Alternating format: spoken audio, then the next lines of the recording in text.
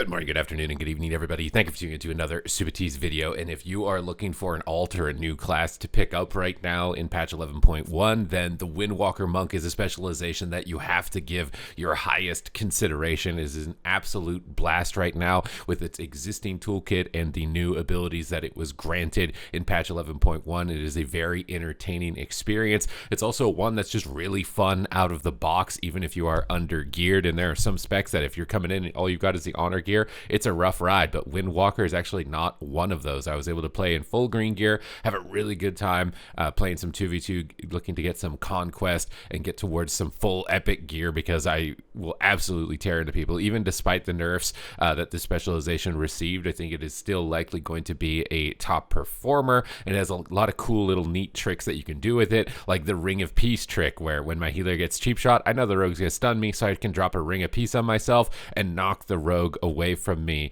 on their initial assault. It's a super satisfying experience. You can use Fists of Fury as well to parry enemy incoming melee attacks. So the entire time that my healer has been crowd controlled here, I've been able to negate all of the damage from the enemy rogue, and now my healer is no longer crowd controlled and should be able to use cooldowns to be able to stabilize me and keep me aggressive. They also have really cool tools like Clash to be able to pull targets together in order to land double stuns. We can roll out a smoke bomb. We got a lot of maneuverability. Move over here to connect onto the priest as well. And when you pop your cooldowns, you feel like an absolute god. So we're going to kick the mind control. We have our Storm, Earth, and Fire. We have our Zwen, the White Tiger, as well. Evasion on the leg sweep is a little bit of a pain here for us, obviously. So we're probably going to swap to the priest during that time while the rogue is dodging all of our attacks. But we're kind of holding our cooldowns because we're baiting stuff. Like these players are traumatized from Windwalker monks. They've used evasion, pain suppression. I haven't even popped any of my cooldowns. We can use paralysis here on the rogue during their cheap shots to stop their attacks towards my ally, which is why I love having so much support. I could also play grapple weapon to disarm the rogue in this type of matchup. It was still some of my first arena games, and I was a little bit lazy with changing the talents, but there are definitely even more build varieties that you can go for. We get blinded here, and I anticipate that it's a bait because I'm on stun DR, so I'm not going to trinket that blind. My priest was already stunned, so he can't go on my priest, whereas me, I haven't been stunned yet. He can definitely attack me.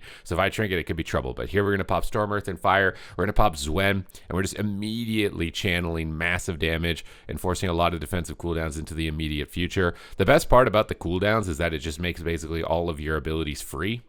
So you can just kind of hit combo them in any order that you want and be able to smash down anything that's near you. So you strike at the Windlord into Fist of Fury. That immediately forces pain suppression. Slicing Wind still absolutely cuts people apart. Like, I'm in full greens, okay? And a lot of these teams are, at least half epics. I think we're playing like upwards of 1900 MMR and 2s in a lot of these games in these clips. So we pop another Storm, Earth, and Fire chained after the other, and that forces Void Shift from the priest. So we're able to just completely destroy anybody that comes near us, completely cut them down.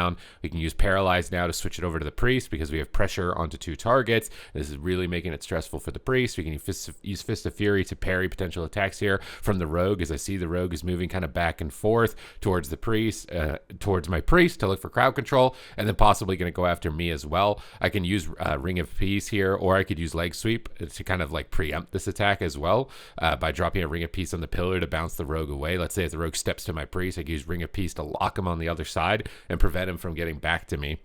So he uses a Shadow Step here to try and get behind me. I thought he was going to go for a cheap shot, but now he's not going to have a Shadow Step in order to get to my priest. So we can get even further ahead. We can continue to just trade like this in the mid, because in the mid against a Subtlety Rogue, you're going to out-trade them overall. It's really in their setups like this moment in time where you could be in trouble. So I trinket wall.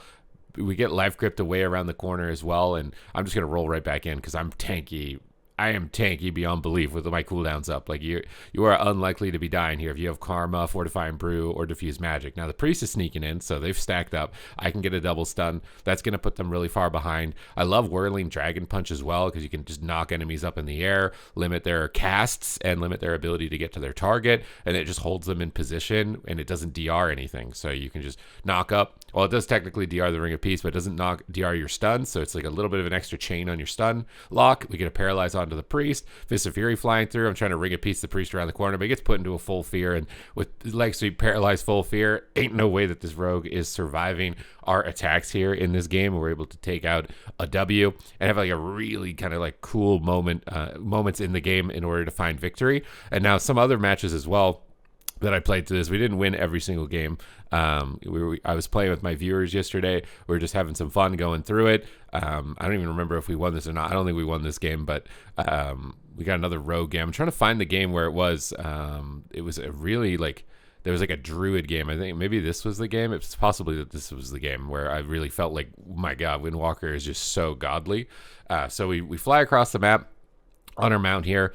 We have a couple of tools that can kind of like AoE a target out of stealth, but the druid just gets pumped up by the Dalaran pipe, so he's really sad about that. He's going to be downstairs, but we can use Ring of Peace to kind of like lock this ramp and prevent them from really kind of going anywhere, which is cool. So this is another cool part about Windwalker is you can like lock choke points, knock enemies off cliffs, prevent them from reconnecting to their allies, and these moments are always really fun when you just feel like you're just so cool because you got this nice Ring of Peace, knocked an enemy out of line of sight, stunned them behind the pillar, and then forced a ton of cooldowns.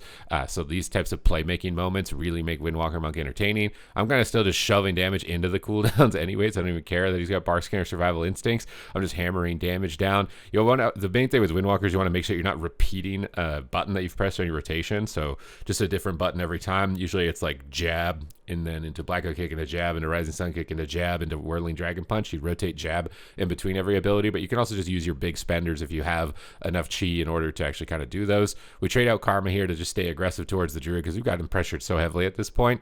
And we still have our Celestial Conduit, which can be really good. And it's really clutch now with the crowd control avoidance, so you could use it to potentially immune the Cyclone that I probably should have used it to immune in this position. So I could immune this Cyclone like a Blade Storm, which is another cool addition for Windwalker that would, I probably would have taken this Feral Druid out if I'd used it right there to immune it. So you have options. We're going to use Fist here just for the damage as well as some crowd control avoidance. Paralyze the healer. Pop Storm, Earth, and Fire. That forces trigger for Paladin right away, and this Feral Druid's probably going to have to start running. Slicing Winds, cut him down. Searing Glare hits us, though. I think we get Dispelled. You want to make sure you're not using your big attacks during Searing Glare. This kind of yellow debuff up towards us, and your screen starts glowing on fire after the Paladin's casted it on you, because it's going to make all your abilities miss. We get a Blessing of Protection Force, and this is where I'm screaming for a Purge, because he's so low, and I just want to touch a death him right now so badly. I start crackling him through it. And, some people are also traumatized by crackling lightning, and they will just kick it. So yeah, if you just cast crackling, people will literally just kick it. You can tank kicks for your team, which is a mechanic that you couldn't really previously do as a Windwalker monk. And it's like, as far as like high level min max play, I would highly recommend it, especially if you can't go anywhere, you're stuck in a root or something. Just crack out a crackle. It's going to keep up your mystic touch as well to boost your damage once you get back to the target, as well as most people will just kick it, and then when they kick it, your teammates can do whatever they want. We're able to finish the game out with a double leg sweep and drop the Feral Druid in this match. So for me, I feel like Windwalker has got huge play potential. It's really fun. I'm really enjoying like a lot of what it's got going on with it. I can't remember if we won this game or not, but let's just kind of review it back and see just like the type of gameplay that you can perform. So this is a little bit of a harder target, right? A harder matchup. We get the Hunter, the ranged class, trying to stick onto it. They're in stealth. We can't see them, so we're going to kind of pressure the dragon because it's 2 versus 1 to force the Hunter to come out of stealth. He drops down a binding shot, limiting my ability to move, and now that we can see the Hunter, we're going to move over here. The Hunter is about to become the hunted. We're popping Storm, Earth, and Fire and Zuen and just leg sweeping right away. We're going to ship it and clip it. We get rooted here, and the nice part about Windwalker as well is you've got tools to get out of your own crowd control, so we can Tiger's Lust out of the root. So if you're somebody who hates getting CC'd, you have abilities that can help you maneuver around the map even if your healer doesn't dispel you, which is really nice. And we can just stay on target, always making sure to not repeat the same ability. You can track my ability usage here with the Trophy GCD add-on as far as like what spell I'm casting and what order, but I'm mostly just kind of maximizing Rising Sun Kick for my Mortal Strike uptime, and then rotating in anything that's glowing. We use Celestial Conduit here, and it's also going to give us a little bit of healing now. They buffed the healing on it, so it can be a good like defensive tool, a crowd control avoidance tool. It's multi-purposed, and that's what you want on a class, is like as multi-purposed abilities as possible so that you can use them like a Swiss Army knife no matter what the situation is, and it's going to put you in a really good position to be able to get ahead of your opponents. And we're just continuing to hammer down damage even if our healer's getting put into crowd control.